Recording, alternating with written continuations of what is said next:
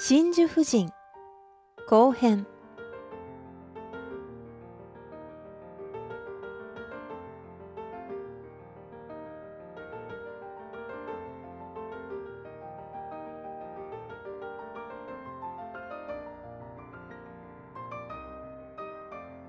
正田瑠璃子の事情が分かった後も、慎一郎はまだ彼女のことが気になっていた。それで、瑠璃子がチケットをくれた音楽会に行くことにした。慎一郎は、その日、初めて妻に嘘をついた。ひどく罪悪感を覚えた。音楽会は正田瑠璃子の主催で、観客は貴族ばかりだった。慎一郎は場違いなところへ来てしまったと思った。瑠璃子は主催者として演奏者や来客の相手をしていて、慎一郎は声をかけることもできなかった。妻に嘘をついてまで来たのに、彼女から話しかけられるのを待つしかないとは、バカバカしい。情けなくなった。ピアノの演奏が始まった。一曲目はボロディンのバラッドだった。演奏が終わると拍手が湧き起こった。その時、慎一郎の肩を軽く叩くものがあった。瑠璃子だった。初見さん、いらっしゃらないのかと思っていましたわ。美しい瑠璃子を目の前にすると、慎一郎はどぎまぎして何も言えなかった。次の曲が始まった。瑠璃子は慎一郎の隣の席に座った。ショパンの雨だれですわね。瑠璃子は体を慎一郎にぴったりとつけてささやいた。後で一緒にお茶でも飲みましょう。約束ですよ。音楽会が終わった時、瑠璃子の姿はなかった。一緒にお茶をなどと、ただの社交辞令だったのだろう。慎一郎は何かを期待してしまった自分を苦々しく思った。帰ろうとしたその時、階段の上からロシア人ピアニストと瑠璃子が降りてきた。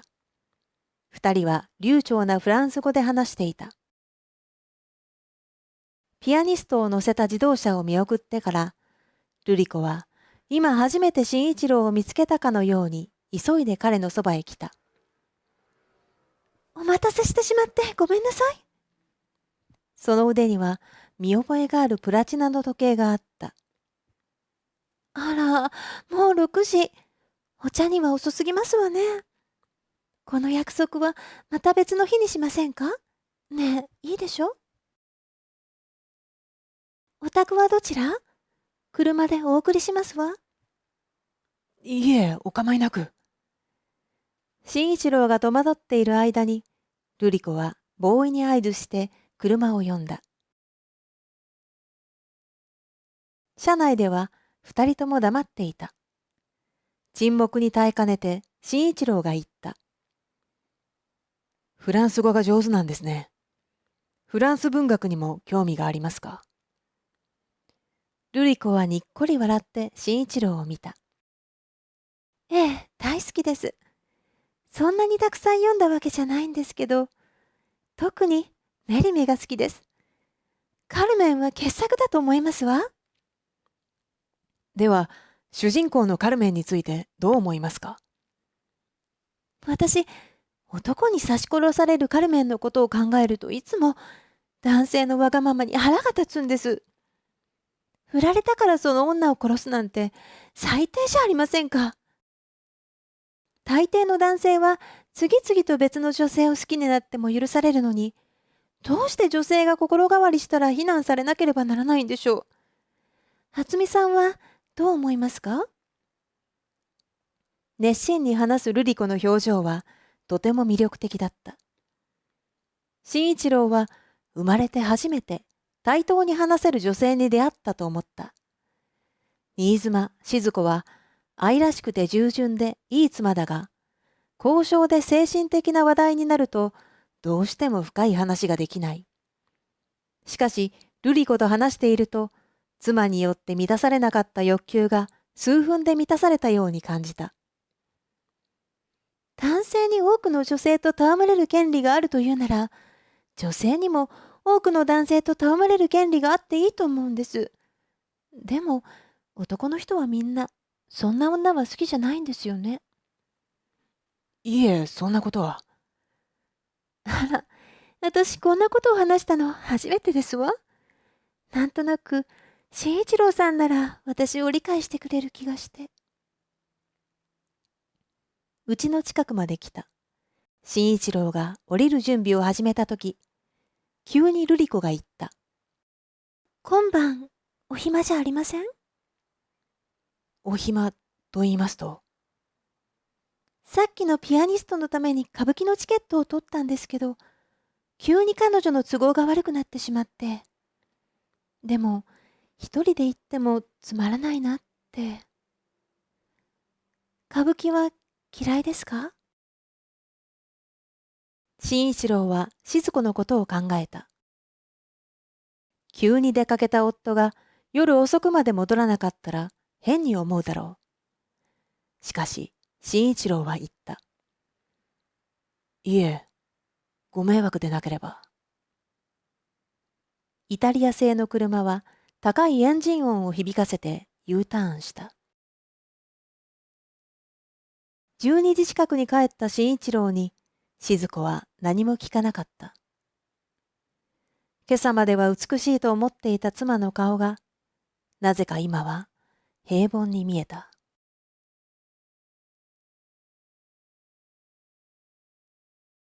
次の日曜日、慎一郎はまた静子に嘘をついて正田邸へ行った。呼び鈴を押すと見覚えがある少年が現れた。渥美慎一郎様ですね。どうぞあちらへ。少年は彼を奥の客間へ促した。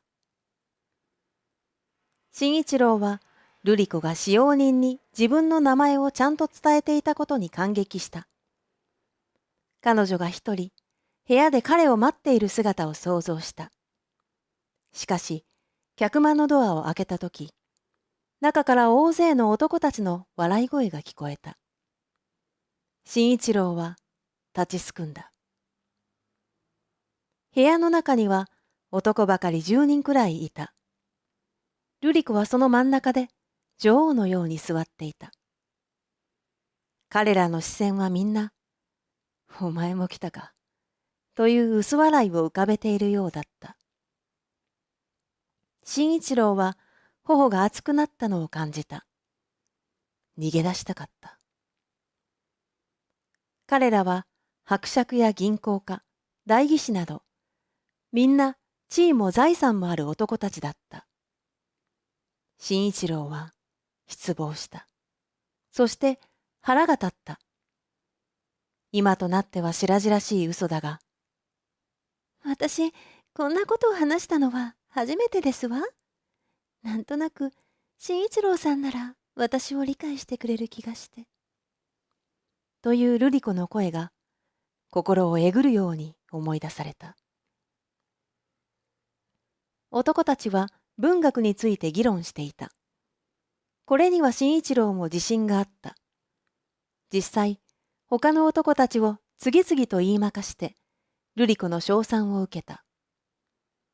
慎一郎は得意になった。しかし、その直後、有名作家が部屋に入ってきた。彼は慎一郎の意見を聞くと、完全否定した。結局、瑠璃子と他の男たちの喝采を浴びたのは、その作家だった。渥美さん、もうちょっと頑張ってくださらないと、議論が面白くないわ。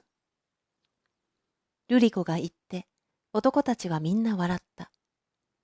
慎一郎は不愉快だった。すべてが不愉快だった。ここに集まっている全員に激しい憎悪と反感を抱いた。私は、失礼します。と言って、慎一郎は部屋を出た。正田夫人は何か目的があって男たちを翻弄しているのではない。ただ翻弄することが面白いのだ。自分の魅力が彼らにどう影響するかを見て楽しむためにもてあそんでいるのだ。冗談じゃない。玄関を出て門へ向かった。庭園で話している男性の声が聞こえた。そちらを見た瞬間、慎一郎はぞっとして立ち止まった。青木淳。いや、彼の亡霊ではない。淳の弟、青木実だ。葬儀場で見た記憶がある。瑠璃子は青木淳だけではなく、彼の弟までももてあそんでいるのか。慎一郎は何か一言弟に言ってやろうと思った。その時、青木実の笑い声が聞こえた。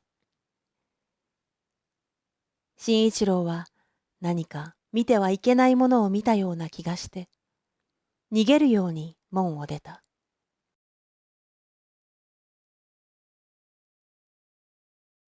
正田邸には瑠璃子ともう一人、19歳の少女、正田美奈子が住んでいる。瑠璃子が多くの男性を集めて女王のように振る舞っているとき、美奈子は自分の部屋で静かに勉強していた。瑠璃子の客に会っても会釈する程度で、彼らが客間で何をしているのか気にしたこともなかった。6月の終わり、日曜の午後。その日は母の命日で、美奈子は青山墓地へ行った。他にも墓参りに来ている人たちがいた。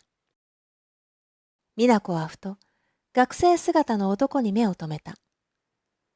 23歳くらいで袴姿に品がある。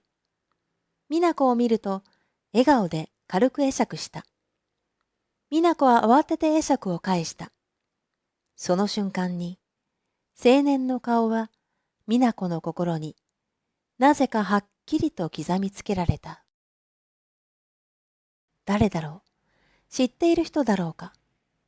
考えてみたが思い出せなかった。しかし不思議なほど心惹かれた。それから美奈子の心の平和は永遠に破られたと言ってもいい。次に墓参りに行ったとき、また会えるかと期待した。しかし、それ以来、彼を見かけることはなかった。ある晩、瑠璃子が言った。皆さん、この夏はどこへ行きましょうか。軽井沢は去年行ったわね。箱根はどう？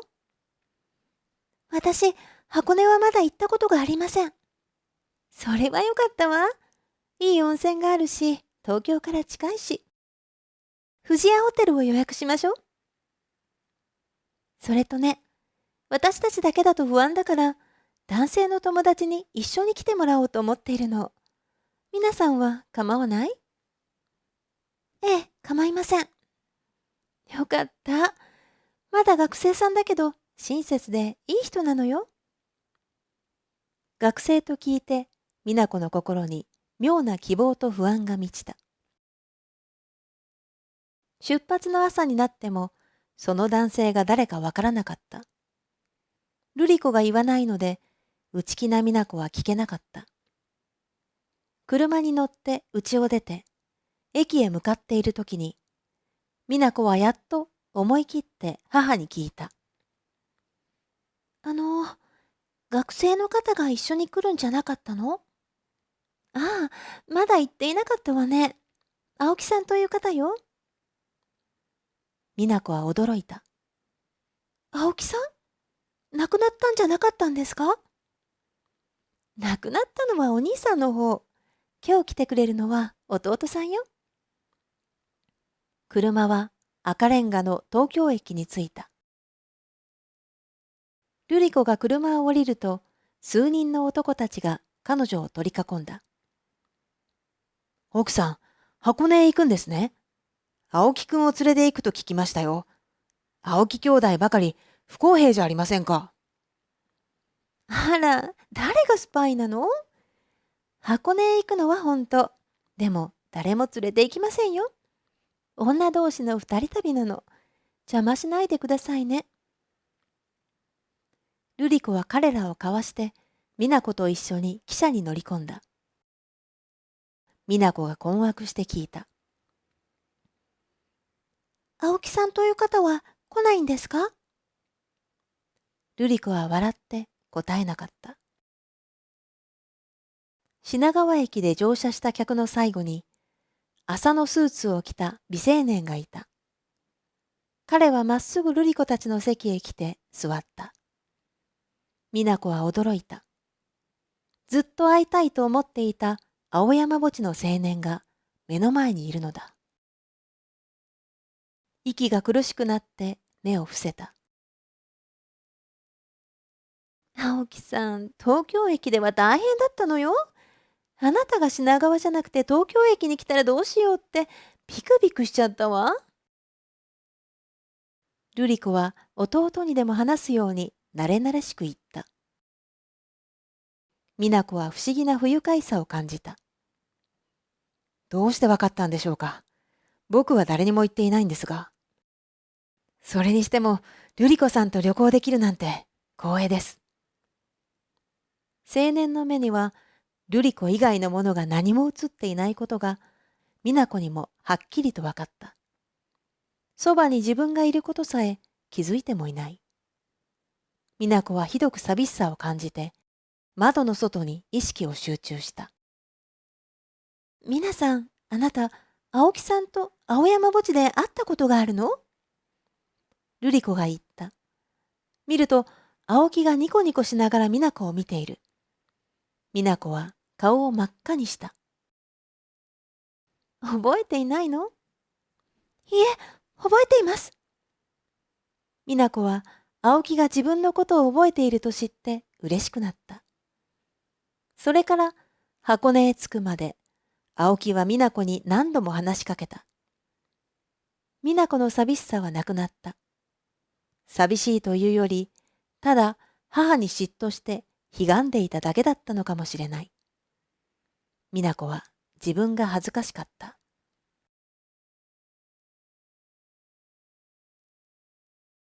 富士屋ホテルの家族用の部屋で、彼らの避暑地生活が始まった。美奈子は青木に対して緊張して、二人では会話もできなかった。時々瑠璃子が促して三人で話すことはあった。晩ご飯の後、みんなで散歩に行く時が美奈子には一番楽しかった。あまり話さなくても川の音を聞きながら三人で歩くだけで幸せな気持ちになった。箱根へ来てから5日目の夕方、食堂でフランス大使の娘に会った。瑠璃子は昔からの知り合いだったので、そのまま彼女の部屋へ遊びに行った。美奈子と青木は自分たちの部屋へ戻った。しかし、瑠璃子がいないので、することも話すこともない。仕方なく青木は美奈子に言った。僕たちだけでも散歩に行きませんか？え？美奈子は驚いた。嬉しかった。でも、何と答えればいいかわからない。返事が遅いのを青木は拒否されたと解釈した。それで恥じるように言った。じゃあ僕は一人で散歩してきます。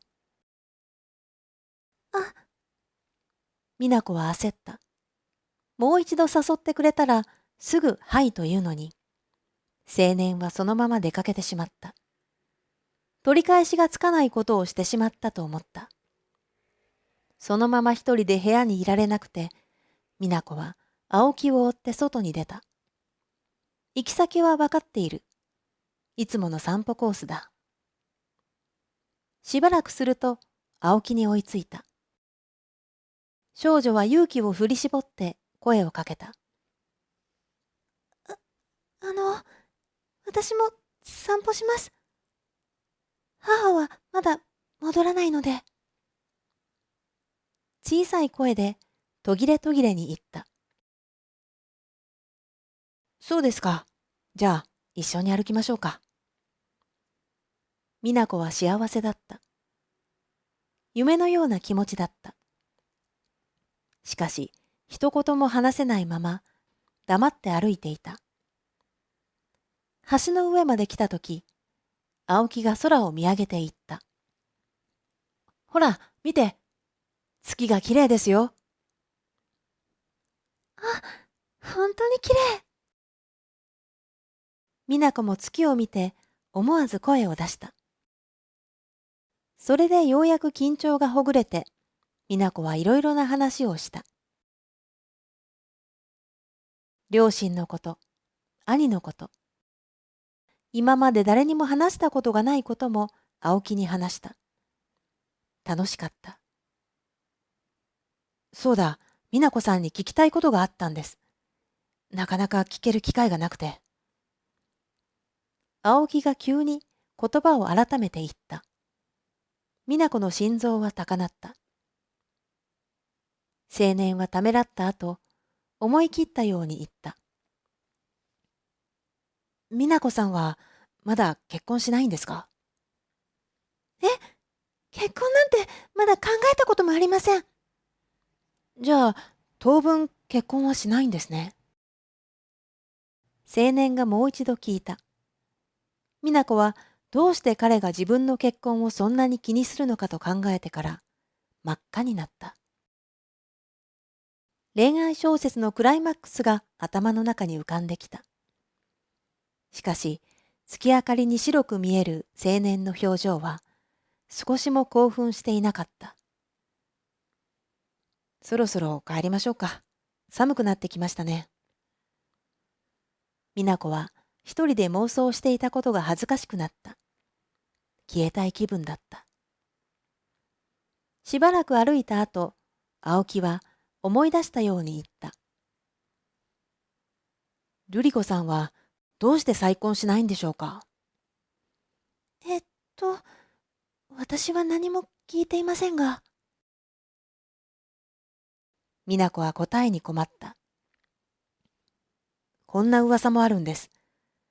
瑠璃子さんが再婚しないのは、正田家の娘さんに対して保護者としての責任を果たしたいからだ。だから美奈子さんが結婚すれば、瑠璃子さんも自分の再婚を考えるだろうと。青木は世間話のように言った。しかし、美奈子は崖から突き落とされたようなショックを受けた。青木が自分の結婚を気にする理由が、今、はっきりわかった。彼は私に興味などないのだ。興味があるのは、母が再婚するかどうかなのだ。私、母のことは何も知りません。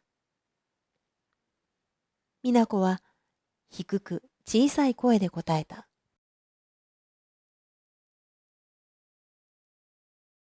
少女の心は深く傷ついた。三人の中で自分は邪魔者なのだと感じた。皆さん、どうしたの？瑠璃子は心配したが、美奈子は聞かれるたびに、大丈夫です。何でもない。と寂しい笑顔で答えた。青木も打ち解けたと思った美奈子が急によそよそしくなったのが自分の発言のせいだと気がついていなかった。夕方の散歩も美奈子にはもう少しも楽しくなかった。一緒に行きたくなかった。それで次の日、どうしても用事があるからといって一人で部屋に残った。母と青年が出かけた後、美奈子は泣いた。寂しさと嫉妬でじっとしていられなかった。部屋を出てホテルの裏庭へ行った。木々の陰にあるベンチに座った。静かだった。だんだん気持ちが落ち着いてきた。母たちが戻る前に部屋に戻らなければと思いながら、1時間くらい座っていた。もう帰ろうとしたとき、彼女はふと近づいてくる人の足音を聞いた。ホテルの外国人客だろうと思ったが、聞こえてくる声は日本語だった。瑠璃子と青木の声だった。みのるさん、話したいことって何？わざわざこんな暗いところへ連れてきて。言いたいことがあるなら早く言って。母の声に自分の前では絶対に出さない媚びがあることが美奈子にも感じられた。わかるでしょ、瑠璃子さん。僕はあなたを愛している。あなたのためになら何を犠牲にしても構わない。青木の言葉に美奈子は殴られたように感じた。しかし瑠璃子は平然と言った。もちろん分かっています。そんな言葉が聞きたいんじゃない。あなたはみんなに同じことを言う。分かっています。分かっています。本当に分かっているなら態度で示してほしいんです。青年は興奮していた。瑠璃子の声は冷めていた。私にどうしろというの？どうしろ？何度同じことを言わせるつもりなんですか？美奈子は絶望しながら青木に同情した。母の態度は不誠実だと思った。それに、こんな秘密の会話を聞いてしまっていることに罪悪感があった。青木は興奮して続けた。あなたは美奈子さんが結婚するまで返事を待ってくれと言った。でも、もしあなたの心が決まっているなら、美奈子さんの結婚なんて関係ないはずだ。さあ、僕と結婚すると約束してください。約束してくれるなら、僕は何年でも待ちます。そんなこと言われても、皆さんが結婚した後で私が本当に再婚したいと思うかどうかなんて、今の私にわかるはずがないでしょ？あなたの未来の結婚観を聞いているんじゃありません。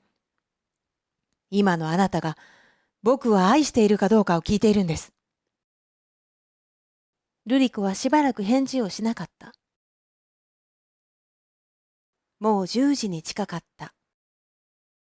やや欠けた月が箱根の山々に青白い光を落としていた。愛しているかどうか聞きたいなら、そうね。私はあなたを愛しています。でもそれは結婚したいという意味ではないわ。瑠璃子の声は冷たかった。青年は苛立った。もうたくさんだ。あなたのそういうその場しのぎの言い逃れにはもううんざりなんですよ。曖昧な返事を繰り返されるより、むしろはっきり断られたいんです。一体いつまで待てばいいんですか？じゃあ、あさってまで。瑠璃子は相手の情熱を交わすように軽く言った。青年はむっとして黙っていたが、答えそのものには手応えがあったので、しばらくして聞いた。本当にあさって返事をくれるんですか？ええ、あさっての晩に必ず。じゃあ、また二人だけで散歩に出てください。あなたはいつも美奈子さんを誘うけど、僕はあなたと二人きりになりたいんだ。聞いていた美奈子は静かに泣いた。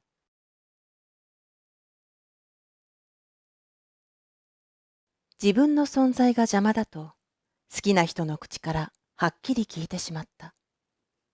美奈子はもうここにはいられないと思った。今すぐ逃げ出したかった。でも、どこへ行けばいい？死んだ両親の顔が思い浮かんだ。それから兄のことを考えた。障害のために今は葉山の別荘に監禁されている兄。美奈子が会いに行くといつも嬉しそうな顔をする。そうだ、兄に会いに行こう。美奈子が部屋へ戻って準備して、ホテルの裏口から外へ出ようとしたとき、あら、皆さん、どこへ行くの？瑠璃子と青木が裏口から入ってきた。瑠璃子は取り乱した美奈子の姿を見て、すぐに察したようだった。美奈子は目に涙を浮かべながら答えた。ちょっと、郵便局へ、手紙を。郵便局なら僕が。青木さん、いいの。瑠璃子は青木を部屋へ戻らせてから、美奈子を抱きしめて言った。ごめんなさい。一人にして。泣かないで。私、皆さんの泣き顔を見るのが一番悲しいの。青木に対してあれほど冷たかった瑠璃子の声は、美奈子に対しては愛情に満ちていた。美奈子は母に心から愛されていることを感じずにはいられなかった。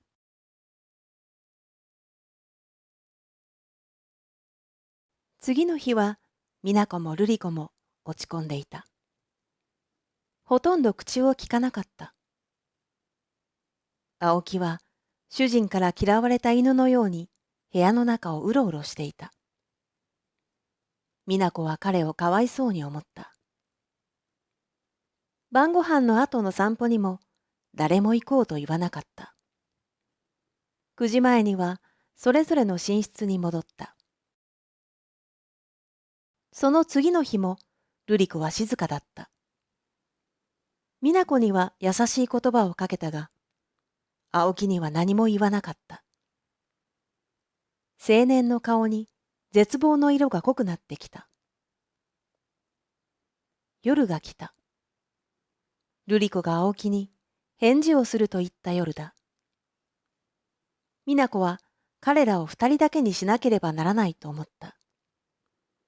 しかし晩ご飯が終わると瑠璃子が言った。今日は散歩に行きましょうね、皆さん。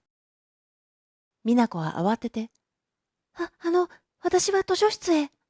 と言ったが、瑠璃子は許さなかった。図書室なんて明日行けばいいじゃないの。ねえ、3人で散歩しましょうよ。美奈子が青木を見ると、彼は怒りのために震えていた。歩きながら1時間ほど誰も何も言わなかった。美奈子はいたたまれなかった。歩き疲れた頃、急に瑠璃子が言った。青木さん、この間の話なんだけど。え？青木は最初、何のことかわからないようだった。おとといの夜の話、忘れたんですか？青木はうろたえた。美奈子も驚いた。しかし、瑠璃子の声は真面目だった。あの返事を今言おうと思うんです。何のことですか？青木の声は震えていた。美奈子の前で言ってほしくないということが、美奈子にもよくわかった。お母様、私はちょっと失礼させてください。話が終わったら、いいえ、皆さんも聞いてください。瑠璃子は判決文を読み上げる裁判長のように言った。は？奥さん、今ここであの返事をするんですか？冗談でしょ。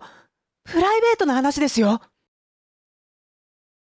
青木は発狂したように言った。瑠璃子は冷静に続けた。落ち着いて聞いてください。青木さん。私はあなたの申し出を受けることができません。青木は頭を抱えてうめいた。それから血走った目で瑠璃子を睨んだ。今あなたは僕の申し出を断ったんじゃない。僕を恥ずかしめただけだ。美奈子さんはあなたの娘かもしれないが、僕にとってはただの他人です。その他人の前で、あなたは私を侮辱した。こんな屈辱は初めてだ。青木は狂ったように瑠璃子を罵り始めた。瑠璃子はそれを聞き流していたが、青年の言葉が尽きた頃にやっと言った。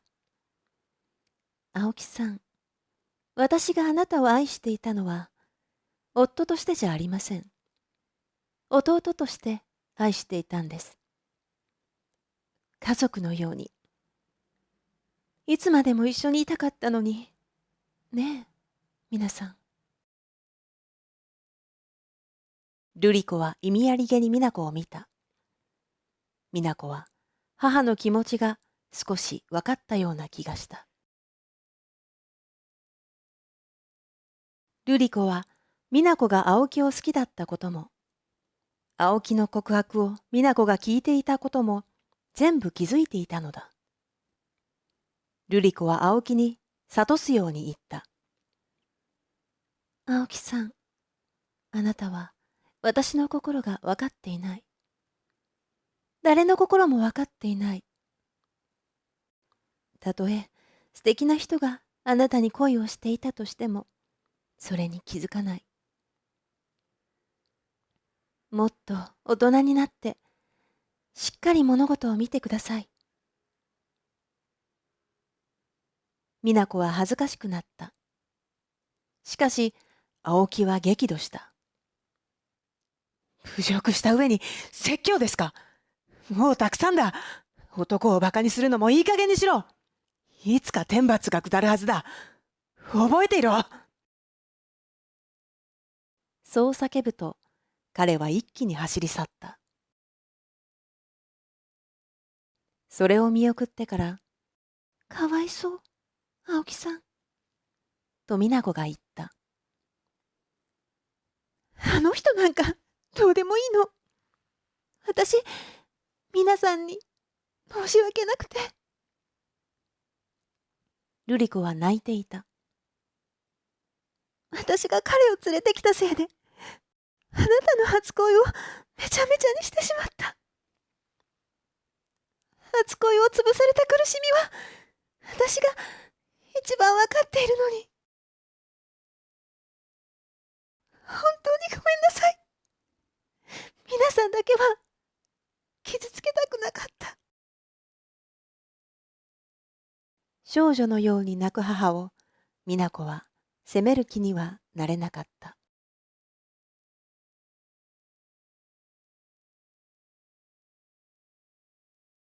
青木がホテルの階段を駆け上がったとき、一人の紳士とぶつかった。すみません。慌てて行って、そのまま部屋へ行こうとすると、紳士が言った。青木くん、青木実くんじゃありませんか。そうですが、どなたですか。失礼。私は渥美真一郎と申します。ちょっとお話があるんですが。青木実は兄が残したノートを読んだ。そうだ。いっそ腹いせに自殺してやろう。純真な男の感情をもてあそぶことがどんなに危険か、彼女に思い知らせるために。兄が死んでも瑠璃子は変わらなかった。男が一人死んだくらいでは彼女は何も感じないのだ。ではどうすればいいのか。そうだ。彼女に思い知らせるためには。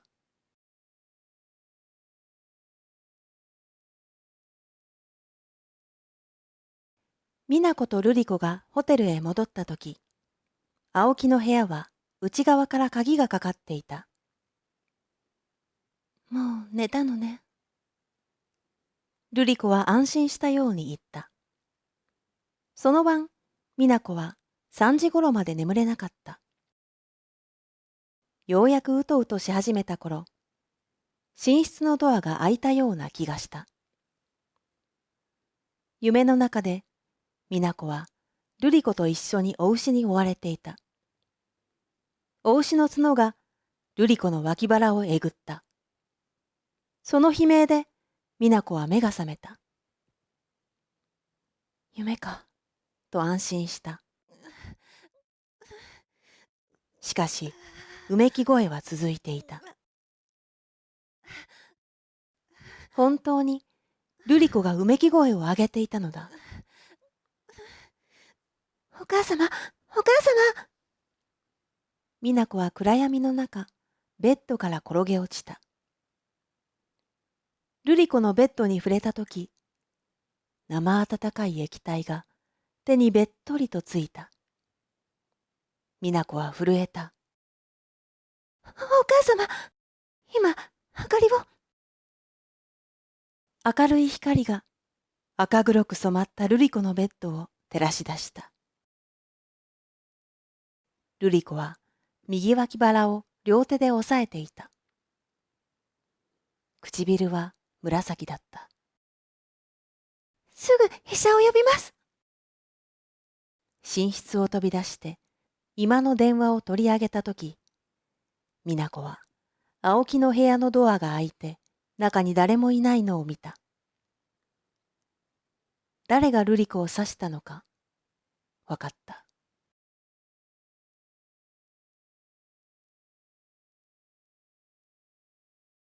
医者を待つ間、美奈子は泣きながら何度も叫んだ。お母様、しっかりしてください。皆さん、お願いがあるの。神戸へ、電報を。神戸？神戸の誰に？杉野直哉さん。私の初恋の人。彼、神戸の貿易会社にいるの。死ぬ前にもう一度会えたら。瑠璃子はそのまま意識を失った。翌日、美奈子は親戚や知人にたくさん電報を打った。東京からたくさんの人が見舞いに来て、ベッドの周りは賑やかになった。しかし、瑠璃子の意識が戻る時間は短かった。夜の10時ごろ、ホテルの支配人が美奈子を呼んで伝えた。芦ノ湖で水死体が見つかって、漂流していた船の中に青木実の遺書があったとのことだった。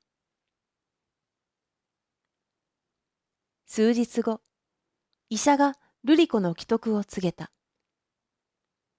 その夜、ホテルの前に一台の車が止まった。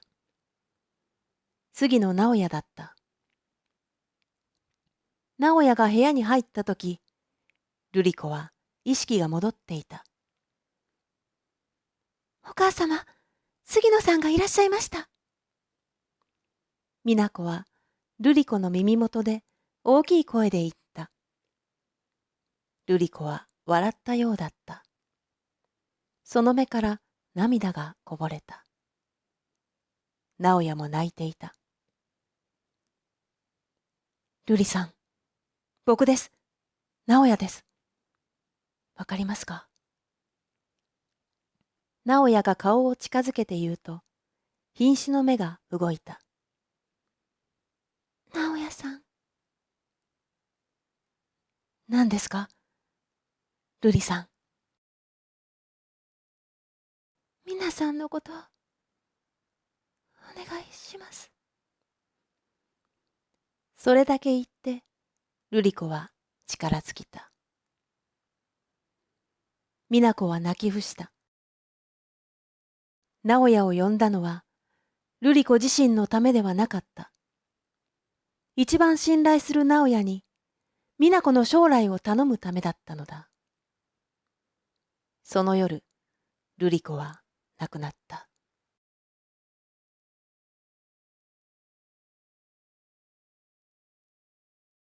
青木実と正田瑠璃子の死について、新聞はいろいろと書き立てた。しかし、本当の正田瑠璃子を知っていたのは、美奈子と直哉、二人だけだった。